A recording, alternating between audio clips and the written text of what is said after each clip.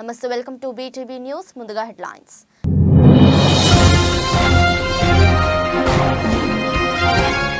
Finland border వద్ద Putin కు రహస్య నివాసం. వీడియో రిలీజ్ చేసిన జర్నలిస్ట్.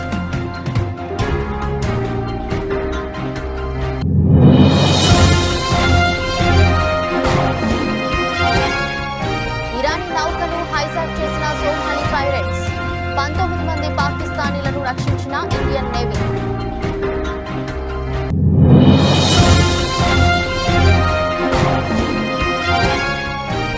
ఎన్నికలకు సిద్ధం పై వైసీపీ సన్నాహక సమావేశం. ఆ కీలక నేతలు గైర్హాజరు.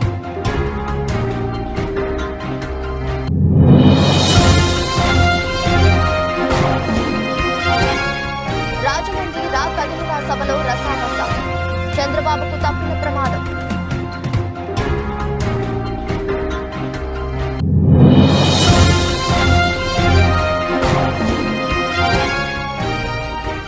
తెలంగాణ కాంగ్రెస్ కీలక నిర్ణయం. ఎంపీ బరిలో సోనియా గాంధీ.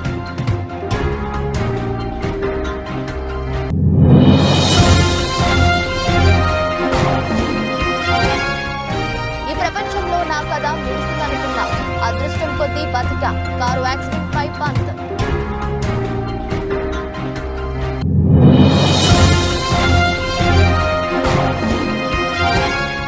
త్వరలో పెళ్లి పీట లెక్కబోతున్న అమిర్ జాక్సన్. ప్రియుడితో ఎంగేజ్మెంట్.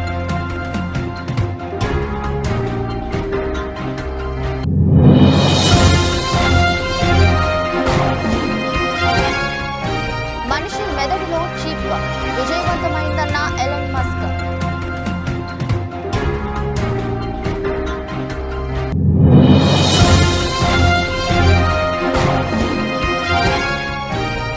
లాభాలతో ప్రారంభమై నష్టాల్లోకి జారుతున్న మార్కెట్లు.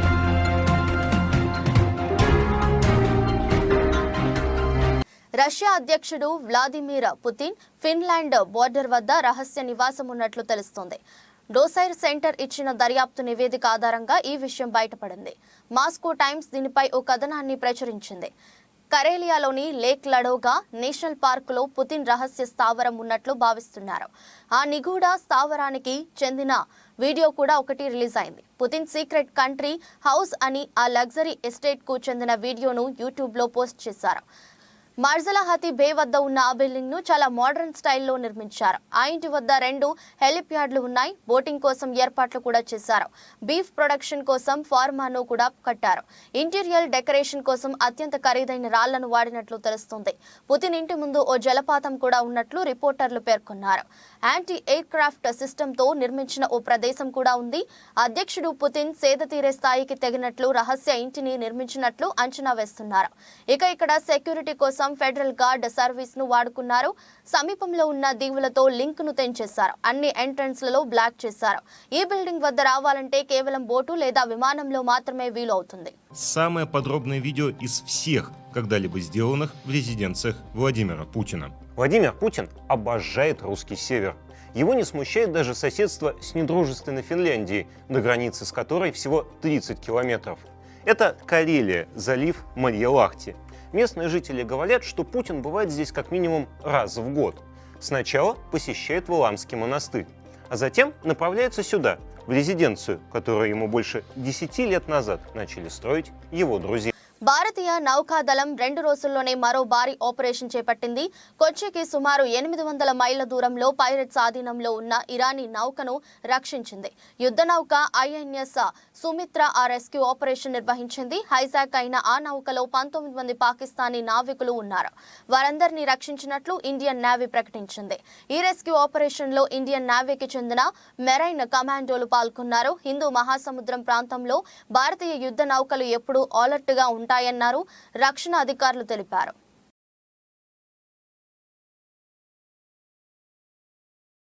తిరుపతిలో వైసీపీ సిద్ధం సభ సన్నాహక సమావేశం జరిగింది.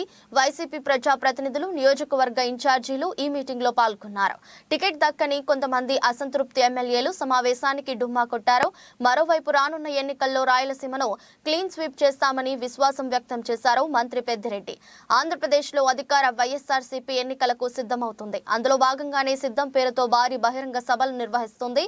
మొన్న ఉత్తరాంధ్రలోని భీమిలిలో భారీ సభను నిర్వహించి ఎన్నికల శంఖారావాన్ని పూరించింది. ఇక ఫిబ్రవరి 3వ తేదీన అనంతపురం జిల్లాలోనూ సిద్ధం పేరుతో బహిరంగ సభను నిర్వహించేందుకు ప్లాన్ చేస్తుంది. అందులో భాగంగానే ఇవాళ తిరుపతిలో సన్నాహక సమావేశం నిర్వహించారు.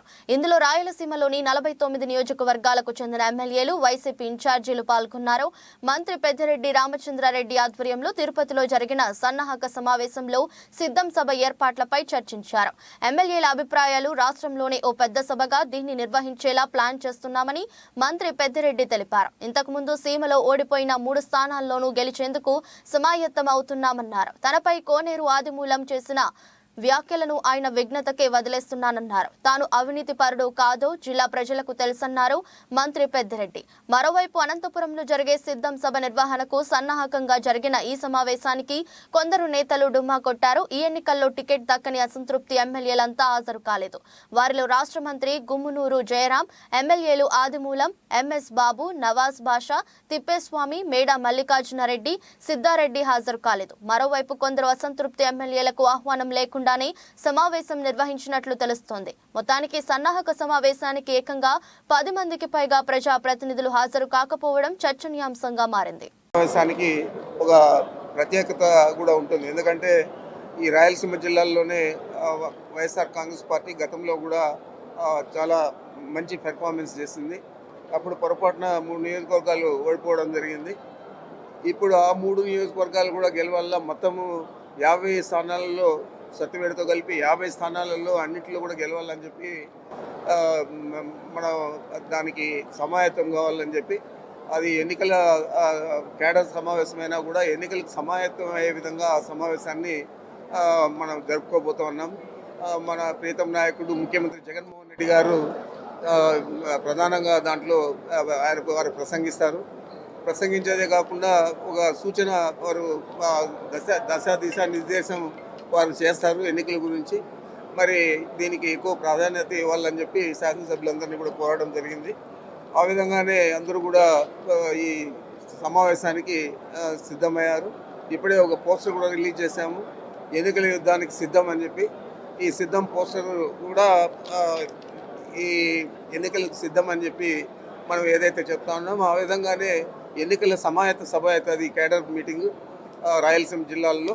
తప్పకుండా ఇది రాష్ట్రంలోనే పెద్ద సభగా జరగాలని చెప్పి మనం ఆ శాసనసభ్యులందరినీ కూడా కోరాము. ఆంధ్రప్రదేశ్ మాజీ ముఖ్యమంత్రి నారా చంద్రబాబు నాయుడుకి త్రుటిలో ప్రమాదం తప్పింది. రాజమండ్రి కాతేరులో నిర్వహించిన రా కదిలిరా సభలో చంద్రబాబు స్టేజ్ పై నుంచి కింద పడిపోబోయారు. మరో 2 నెలల్లో ఏపీలో అసెంబ్లీ ఎన్నికలు జరగనున్నాయి.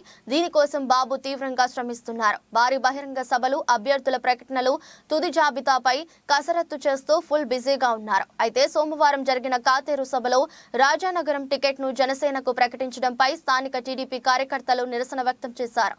బొడ్డు వెంకటరమణ వర్గీయులు స్టేజీపై ఆందోళన చేశారు. అనంతరం స్టేజీపై చిన్నపాటి తోపులాట చోటు చేసుకుంది. చంద్రబాబుపై కార్యకర్తలు పడబోయారు. అదే క్రమంలో పలువురు బొకేలు, పూలదండలు తీసుకొచ్చి చంద్రబాబుకు ఇవ్వబోయారు. ఈ తోపులాటలో చంద్రబాబు ఒకవైపు కోరిగారు. ఇదే సమయంలో ఆయన సెక్యూరిటీ సిబ్బంది అప్రమత్తమై చంద్రబాబును పడిపోకుండా పట్టుకున్నారు. దీంతో ప్రమాదం తప్పింది. ఇక కార్యకర్తల తీరుపై చంద్రబాబు అసహనం వ్యక్తం చేశారు. టీడీపీ అధినేత చంద్రబాబు నాయుడు రా కదిలిరా పేరుతో రాష్ట్ర వ్యాప్తంగా సభలు నిర్వహిస్తున్నారు. ఇటీవల రాజోలు, రాజానగరం టికెట్ ను జనసేన అధినేత పవన్ కళ్యాణ్ ప్రకటించారు. అభ్యర్థి ప్రకటన అనంతరం కార్యకర్తలు స్టేజీపై నుంచి కిందకు దూకుడుగా దిగడంతో చంద్రబాబు పడబోయారు. సొంత పార్టీ కార్యకర్తల తీరుపై చంద్రబాబు అసహనం వ్యక్తం చేసినట్లు తెలుస్తోంది.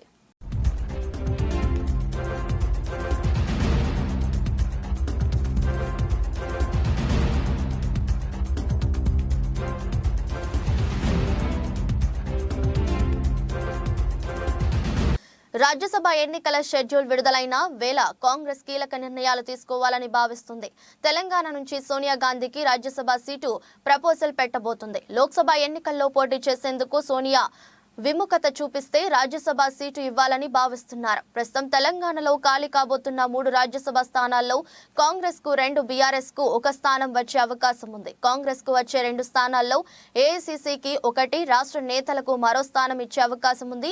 ఏఐసీసీ కోటాలో సోనియా గాంధీకి తెలంగాణ నుంచి రాజ్యసభ సీటు ఇవ్వాలని భావిస్తున్నారు. 2వ సీటు కోసం భారీగా ఆశావహులు ప్రయత్నిస్తున్నారు. చిన్నారెడ్డి, రేణుకా చౌదరి, వంశీచందర్ రెడ్డి పేర్లు రేసులో ఉన్నాయి. తెలంగాణ ఇచ్చిన సోనియా గాంధీకి ప్రత్యేక గుర్తింపు ఇవ్వాలనే యోచనలో కాంగ్రెస్ ఉంది. తెలంగాణలో 3 రాజ్యసభ స్థానాలు ఖాళీ కానున్నాయి. ఏప్రిల్ నెలాఖరులోపు వీటిని భర్తీ చేయాల్సి ఉంటుంది. ఫిబ్రవరి 27న రాజ్యసభ ఎన్నికలు జరగనున్నాయి. అదే రోజున ఫలితాలు వెల్లడిస్తారు. రాజ్యసభ ఎన్నికలకు సంబంధించి అభ్యర్థుల పేర్లపై కాంగ్రెస్ లో తీవ్ర ఉత్కంఠ నెలకొంది. తెలంగాణ ఇచ్చిన సోనియా గాంధీని తెలంగాణ దేవతలాగా కాంగ్రెస్ పార్టీ భావిస్తుంది. ఈ క్రమంలో ఖచ్చితంగా తెలంగాణ నుంచి సోనియా గాంధీకి ప్రాతినిధ్యం ఇవ్వాలని కాంగ్రెస్ నేతలు భావిస్తున్నారు. అందులో భాగంగానే ఖమ్మం లోక్సభ స్థానం నుంచి పోటీ చేయించాలని ఇప్పటికే పొలిటికల్ అఫైర్స్ కమిటీలో కూడా ఏకగ్రీవ తీర్మానం చేశారు. అయితే ఆరోగ్య పరిస్థితుల కారణంగా ఒకవేళ ప్రత్యక్ష ఎన్నికల్లో పోటీ చేయలేకపోతే కనుక ఖచ్చితంగా రాజ్యసభ ఎన్నికల్లో సోనియా గాంధీ పేరును తెలంగాణ నుంచి ప్రతిపాదించాలని కాంగ్రెస్ నేతలు భావిస్తున్నారు. आज हालात ये हैं कि ये खुलेआम धमकी देते हैं, कहते हैं कि अगर ये जीत नहीं होते तो कर्नाटका को मोदी जी का आशीर्वाद नहीं मिलेगा। कहते हैं कि भाजपा हार गई तो यहाँ बहुत झगड़ा हो जाएंगे। मैं आपकी तरफ से इनसे कहना चाहती हूँ कि कर्नाटका के लोगों को इतना बेबस और लाचार मत समझे। कर्नाटक के लोग किसी के आशीर्वाद पर नहीं, अपनी मेहनत और संकल्प पर भरोसा करते हैं। कर्नाटक के लोग डरपोक नहीं है, लालची नहीं है कि आप उन्हें फुसला दें। कर्नाटक के लोग 10 मई को आपको बताएंगे कि वे किस मिट्टी से बने हैं। జాతిపిత మహాత్మా గాంధీ వర్ధంతి సందర్భంగా ఆయన చిత్రపటానికి సీఎం క్యాంపు కార్యాలయంలో నివాళులర్పించిన సీఎం వైఎస్ జగన్. ఈ కార్యక్రమంలో పరిశ్రమల ఐటీ శాఖ మంత్రి Gudivada Amarnath, MP V Vijayasaireddy, TTD మాజీ చైర్మన్ డాక్టర్ వైవి సుబ్బారెడ్డి తదితరులు పాల్గొన్నారు.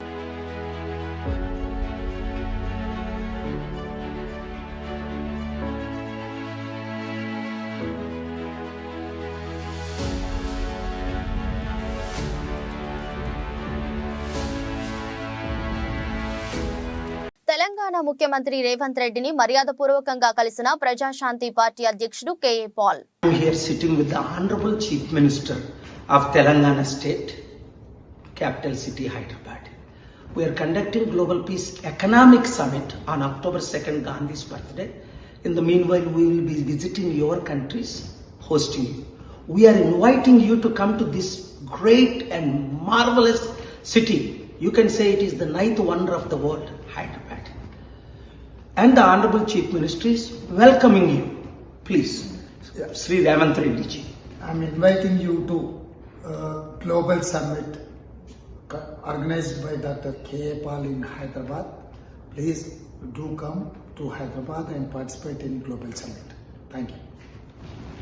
ముఖ్యమంత్రి వైఎస్ జగన్మోహన్ రెడ్డి నిరుపేదలకు అనేక సంక్షేమ పథకాలు అందిస్తూ వారికి అండగా ఉంటుంటే చంద్రబాబు మాత్రం తన కొడుకును సీఎం చేసేందుకు కష్టపడుతున్నారని విజయవాడ ఎంపీ కేశినేని శ్రీనివాస్ ఎద్దేవా చేశారు.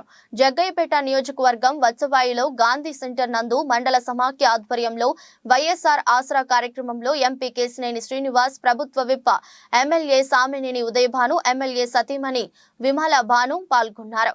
ఈ సందర్భంగా జరిగిన సభా కార్యక్రమంలో ఎంపీ శ్రీనివాస్ మాట్లాడుతూ మాజీ ముఖ్యమంత్రి చంద్రబాబు నాయుడు పెత్తందారుల కోసమే పనిచేస్తాడని విమర్శించారు. జన్మభూమి కమిటీల ద్వారా పచ్చ చొక్కాల వారికే పథకాలు అందించేవారని అన్నారు. అనంతరం ఉదయభాను మాట్లాడుతూ డ్వాక్రా మహిళలకు రుణమాఫీ చేస్తానని మాజీ ముఖ్యమంత్రి చంద్రబాబు నాయుడు అక్క చెల్లెమ్మలను మోసం చేశారని అన్నారు. అనేక రకాల స్కూల్స్ మన నియోజకవర్గంలో అనేక రకాల స్కూల్స్ అన్ని నాడు స్కూల్ ఎలా ఉంది, స్లాబ్ అంతా పగిలిపోయింది, గోడల మీద రావి చెట్లు ముంచాయి, బ్లాక్ బోర్డ్ ఉండేది కాదు, కాంపౌండ్ వాల్ ఉండేది కాదు, గేదెలు మేకలు స్కూల్లో పడుతున్నాయి. అటువంటి స్కూల్స్ అన్నిటి కూడా ఆధునీకరణ చేశారు, చుట్టూ కాంపౌండ్ వాల్ కట్టారు, ఇక్కడ డిజిటల్ క్లాస్ రూమ్స్ ఏర్పాటు చేశారు. బ్రహ్మాండంగా మన ఇంట్లో ఏ విధంగా అయితే పాలిష్ రాళ్ళు వేస్తామో అటువంటి పాలిష్ రాళ్ళని స్కూల్స్ లో వేశారు, చుట్టూ కాంపౌండ్ వాల్స్ కట్టారు, అన్ని రకాల టాయిలెట్స్ కూడా ఏర్పాటు చేశారు. అలానే చదువుకునే పిల్లలకి మంచి బ్యాగ్ ఇచ్చారు, 2000 రూపాయలు ఖరీదు చేసే బ్యాగులు ఇచ్చి అందులో టెక్స్ట్ బుక్స్, నోట్ బుక్స్. ధనికుల కోసం కష్టపడే వ్యక్తి చంద్రబాబు నాయుడు గారు. అట్లాగే ఈ సమాజం రాష్ట్రం బాగుండాలని అనుకునే వ్యక్తి జగన్మోహన్ రెడ్డి గారు అయితే కేవలం తన పనికిరాని కొడుకుని ముఖ్యమంత్రిని చేయడం కోసం కష్టపడే వ్యక్తి చంద్రబాబు నాయుడు. మీరు చూశారు ఇవాళ 25 లక్షల చిల్లర కోట్ల రూపాయలు పేద ప్రజల కోసం అనేక రకాల పథకాల్లో ఇచ్చినటువంటి వ్యక్తి మనం ఈ భారతదేశంలో ఎక్కడ కూడా చూడాల. నిజంగా చెప్తున్నా, నిజంగా ఎక్కడ కూడా ఇన్ని రాష్ట్రాలు ఉన్నాయి, పెద్ద పెద్ద రాష్ట్రాలు ఉన్నాయి, చిన్న చిన్న రాష్ట్రాలు ఉన్నాయి. మరి 25 లక్షల కోట్ల రూపాయలు పేదవారి అకౌంట్లో వేశారంటే అది జగన్మోహన్ రెడ్డి గారి యొక్క పేదల పట్ల ఉన్న చిత్తశుద్ధికి అది తార్కాణం. అట్లాగే తన పిల్లలు నా భాను గారు చెప్పారు, నాడు నేడు స్కీమ్ లో స్కూల్స్ అన్ని కూడా డెవలప్ చేశారని. తన పిల్లలు ఎట్లయితే చదువుకున్నారో పేదవాళ్ళ పిల్లలు అంతకంటే మంచిగా చదువుకోవాలి. ఎన్టీఆర్ జిల్లా జగ్గయ్యపేట నియోజకవర్గం జరిగిన సమావేశ కార్యక్రమాలలో భాగంగా వైఎస్ఆర్సీపీ నాయకుల సమక్షంలో విజయవాడ పార్లమెంట్ సభ్యులు కేశినేని నానికి జగ్గయ్యపేట నియోజకవర్గం శాసనసభ్యుడు ప్రభుత్వ విప్ సామినేని ఉదయభాను, రాష్ట్ర బీసీ పూసల కార్పొరేషన్ డైరెక్టర్ చేని కుమారిని ప్రత్యేకంగా పరిచయం చేశారు.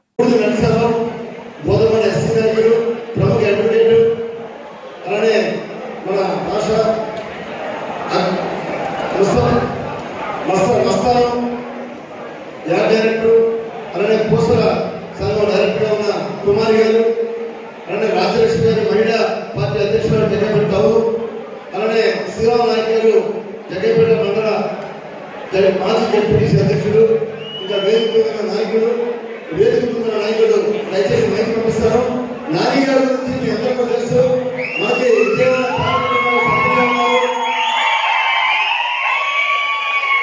కాకినాడ జిల్లా జగ్గంపేట స్థానిక ఆర్యవైశ్య కళ్యాణ మండపం వద్ద జగ్గంపేట ఆర్యవైశ్య సేవా సంఘం ఆధ్వర్యంలో మహాత్ముడు గాంధీజీ 76వ వర్ధంతి వేడుకలు ఘనంగా జరిగాయి.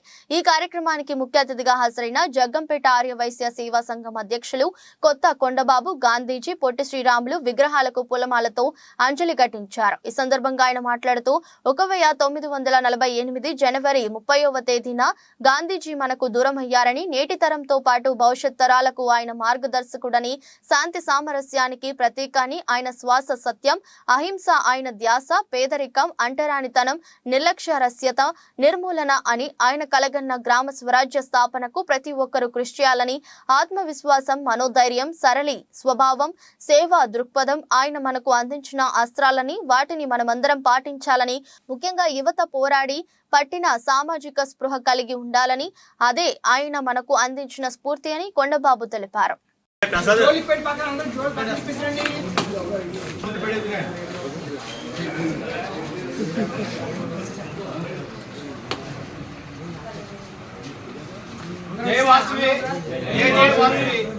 ఈ రోజు జాతి పిత మహాత్మా గాంధీ వర్ధంతి సందర్భంగా విచ్చేసిన ఆర్యవైశ్య సభ్యులందరూ కూడా ముందుగా నా హృదయపూర్వక నమస్కారాలు. అలాగే సోదరిమణులు అందరూ కూడా హృదయపూర్వక నమస్కారాలు. గాంధీ గారు శాంతియుతంగా మరి సత్యాగ్రహంగా ఆయన ఎంతో ఒప్పుడిగా నీటిగా జాగ్రత్తగా మనకి స్వాతంత్రం తీసుకొచ్చిన మహానుభావుడు, మన కులవస్తులు జాతి పిత మహాత్మా గాంధీ గారికి మన అందరూ కూడా ఒక 2 నిమిషాలు ఆయనకి మౌనం పాటించాల్సిన కూర్చోను. టైం చూడండి. Team India wicket keeper Rishabh Pant పునరాగమనానికి సిద్ధమవుతున్నాడు. ఈ డాషింగ్ బ్యాటర్ IPL 17వ సీజన్లో ఢిల్లీ క్యాపిటల్స్ కెప్టెన్ గా రీ ఎంట్రీ ఇవ్వనున్నాడు. అయితే కెరీర్లో రాకెట్లా దూసుకెళ్తున్న సమయంలో కారు యాక్సిడెంట్ అతడి జీవితాన్ని ఒక్కసారిగా తలకిందులు చేసింది. ఎంతో ఇష్టమైన ఆటకు తనను దూరం చేసిన 2 ఏళ్ల క్రితం నాటి కారు యాక్సిడెంట్ ను పంత్ తాజాగా గుర్తు చేసుకున్నాడు. స్టార్ స్పోర్ట్స్ ఛానల్ విడుదల చేసిన ఒక ప్రోమో వీడియోలో మాట్లాడిన పంత్, ప్రపంచంలో నా కథ ముగిసిందని జీవితంలో మొదటిసారి అనిపించింది. కానీ నేను అదృష్టవంతుణ్ణి. ఎంతో పెద్ద ప్రమాదం అది. నేను బతికాను. ఏదో ఒక శక్తి నన్ను కాపాడింది. నేను కోలుకునేందుకు 16-18 నెలలు పడుతుందని డాక్టర్లు చెప్పారు. రెండో జీవితం లభించినందుకు లక్కీగా ఫీల్ అవుతున్నా అని వెల్లడించారు. కొత్త సంవత్సరం వేడుకల్లో పాల్గొనేందుకు పంత్ 2022 డిసెంబర్ 31న కారులో ఇంటికి బయలుదేరాడు. ఢిల్లీ డెహ్రాడూన్ రహదారిపై వెళ్తున్న అతడి మెర్సిడీస్ కారు రూర్కీ సమీపంలోని హమ్మద్పూర్ గల్ వద్ద యాక్సిడెంట్ కు గురైంది. వేగంగా వెళ్తున్న అతడి కారు రైలింగ్ కు ఢీకొని అమాంతం బోల్తా పడింది. క్షణాల్లో మంటలు చెలరేగాయి. కారులోనే చిక్కుకుపోయిన పంత్కు నుదురు, కాలికి కాలిన గాయాలయ్యాయి. కారులోంచి మంటలు రావడం గమనించిన కొందరు అద్దాలు పగలకొట్టి పంత్ను కాపాడారు. అంబులెన్స్ లో అతడిని డెహ్రాడూన్లోని ప్రైవేట్ ఆసుపత్రికి తరలించారు. అనంతరం ముంబైలోని కోకిలా బెన్ ఆసుపత్రిలో పంత్ మోకాలి సర్జరీ చేయించుకున్నారు. అక్కడి నుంచి బెంగళూరులోని నేషనల్ క్రికెట్ అకాడమీకి వెళ్లిన పంత్ ఫిట్నెస్ పై దృష్టి పెట్టాడు. కష్టమైన వ్యాయామాలు చేసి తక్కువ సమయంలోనే ఫిట్ గా అయ్యాడు. ప్రస్తుతం బ్యాటింగ్ ప్రాక్టీస్ తోనే బిజీగా ఉన్న పంత్ IPL 17వ సీజన్ కోసం ఎదురు చూస్తున్నాడు. फर्स्ट टाइम ऐसा था लाइफ में हो गया अब टाइम इस वर्ल्ड में कितना बड़ा हो सकता था ये चीज़ आपको भी नहीं पता. इतना एक्सीडेंट होने के बाद आई वॉज अलाइव.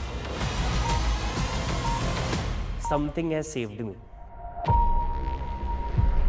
डॉक्टर ने बोला यार 16 to 18 मंथ्स लगेंगे. బాలీవుడ్ బ్యూటీ ఆమీ జాక్సన్ గురించి తెలుగు ప్రేక్షకులు ప్రత్యేక పరిచయం అక్కర్లేదు. రామ్ చరణ్ హీరోగా నటించిన ఎవడు చిత్రంతో పాటు రోబో 2.0 చిత్రంతో మంచి గుర్తింపు తెచ్చుకుంది. అయితే ప్రస్తుతం తెలుగు సినిమాల్లో కనిపించడం లేదు.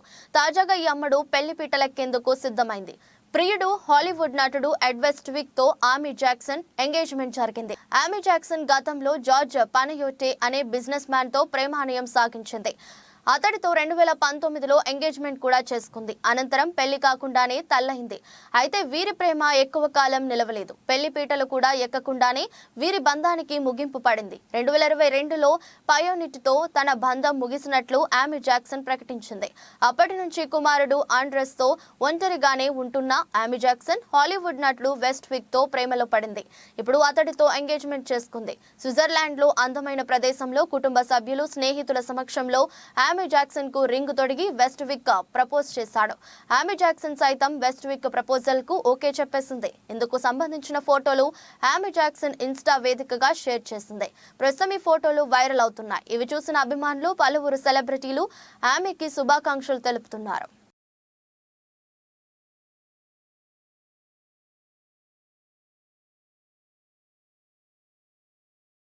ఎలక్ట్రిక్ కార్ల తయారీ సంస్థ టెస్లా CEO ఎలన్ మస్క్ సారథ్యంలోని స్టార్టప్ కంపెనీ న్యూరాలింక్ సోమవారం మనిషి మెదడులో విజయవంతంగా చిప్ ఇన్స్టంట్ చేసింది.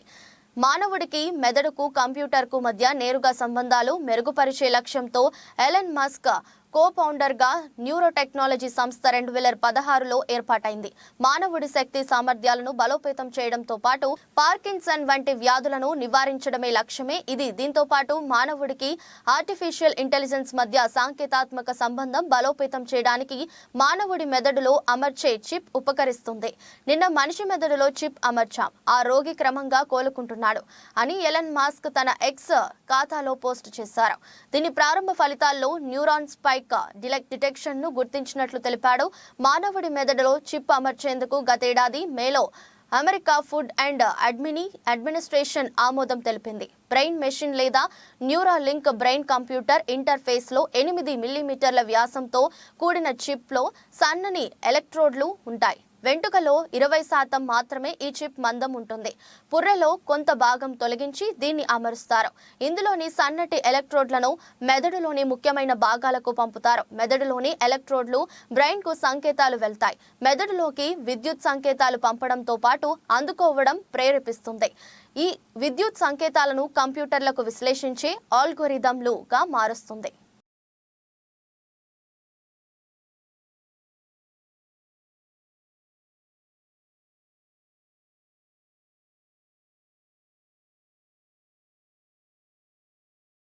ఉదయం 9:28 సమయంలో నెక్సెస్ 110 పాయింట్లు నష్టపోయి 71,831 వద్ద ట్రేడ్ అవుతుంది. నిఫ్టీ 24 పాయింట్లు కుంగి 21,712 దగ్గర కొనసాగుతుంది. అంతర్జాతీయ మార్కెట్లలోని సానుకూల సంకేతాల మధ్య దేశీయ స్టాక్ మార్కెట్ సూచీలు మంగళవారం లాభాలతో ప్రారంభమయ్యాయి. కానీ అమ్మకాల సెగతో కాసేపటికే నష్టాల్లోకి జారుకున్నాయి. ఉదయం 9:28 సమయంలో నెక్సెస్ 110 పాయింట్లు నష్టపోయి 71,831 వద్ద ట్రేడ్ అవుతుంది. నిఫ్టీ 24 పాయింట్లు కుంగి 21,712 దగ్గర కొనసాగుతుంది. డాలర్తో పోలిస్తే రూపాయి మారకం విలువ 83.13 వద్ద ప్రారంభమైంది. సెన్సెక్స్ 30 సూచీలో Bharti Airtel, Wipro, Tata Motors, Infosys, TCS, JSW Steel, Tech Mahindra, HUL, Tata Steel, HCL Tech షేర్లు లాభాల్లో ఉన్నాయి. Bajaj Finance, Bajaj Finserv, NTPC, UltraTech Cements, Power Grid, Reliance, Titan, Kotak Mahindra Bank, ITC, L and T షేర్లు నష్టాల్లో కొనసాగుతున్నాయి. అమెరికా మార్కెట్లు సోమవారం లాభాలతో ముగిశాయి. నేడు ఆసియా పసిఫిక్ ప్రధాన సూచీలు సానుకూలంగా ట్రేడ్ అవుతున్నాయి. అంతర్జాతీయ మార్కెట్లో బ్యాలర్ బ్రెంట్ చమురు ధర గత 24 గంటల్లో 0.15% పెరిగి $82.52 వద్ద ట్రేడ్ అవుతుంది. విదేశీ సంస్థాగత మదుపరులు సోమవారం 110 కోట్ల విలువ చేసే షేర్లను కొనుగోలు చేశారు. దేశీయ సంస్థాగత మదుపరులు సైతం 3,221.34 కోట్ల విలువ చేసే షేర్లను కొన్నారు. ఈరోజు Doctor Reddy's, Bajaj Finserv, L and T, Adani Total Gas, Suven Life Sciences, NDTV త్రైమాసిక ఫలితాలు ప్రకటించనున్నాయి. ఈ నేపథ్యంలో ఆయా కంపెనీల స్టాక్స్ పై మదుపరులు దృష్టి సారించవచ్చు.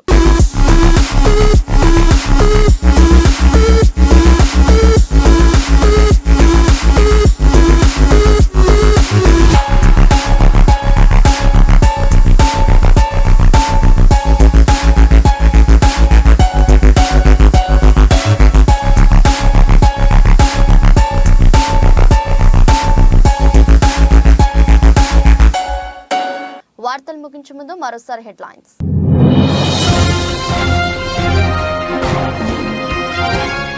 ఫిన్లాండ్ బోర్డర్ వద్ద పుతిన్కు రహస్య నివాసం, వీడియో రిలీజ్ చేసిన జర్నలిస్ట్.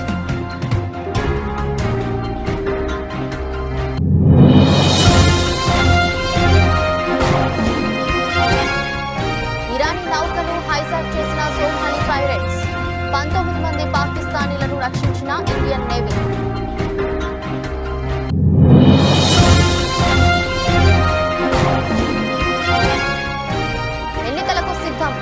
వైసీపీ సన్నాహక సమావేశం, ఆ కీలక నేతలు గైర్హాజరు.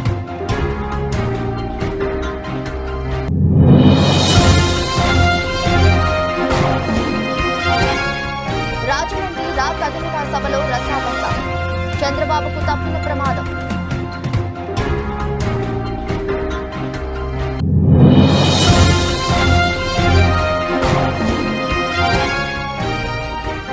తెలంగాణ కాంగ్రెస్ కీలక నిర్ణయం, ఎంపీ బరిలో సోనియా గాంధీ.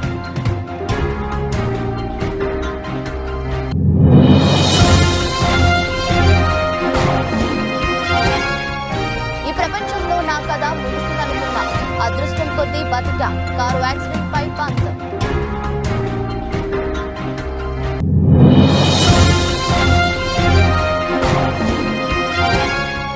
త్వరలో పెళ్లిపీట లెక్కబోతున్న అమిత్ జాక్సన్, ప్రియుడితో ఎంగేజ్మెంట్.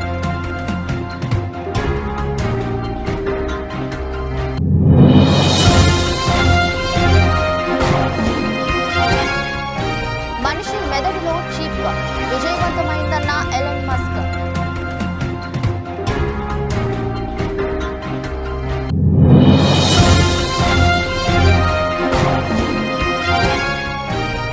లాభాలతో ప్రారంభమై నష్టాల్లోకి జారుకున్న మార్కెట్లు.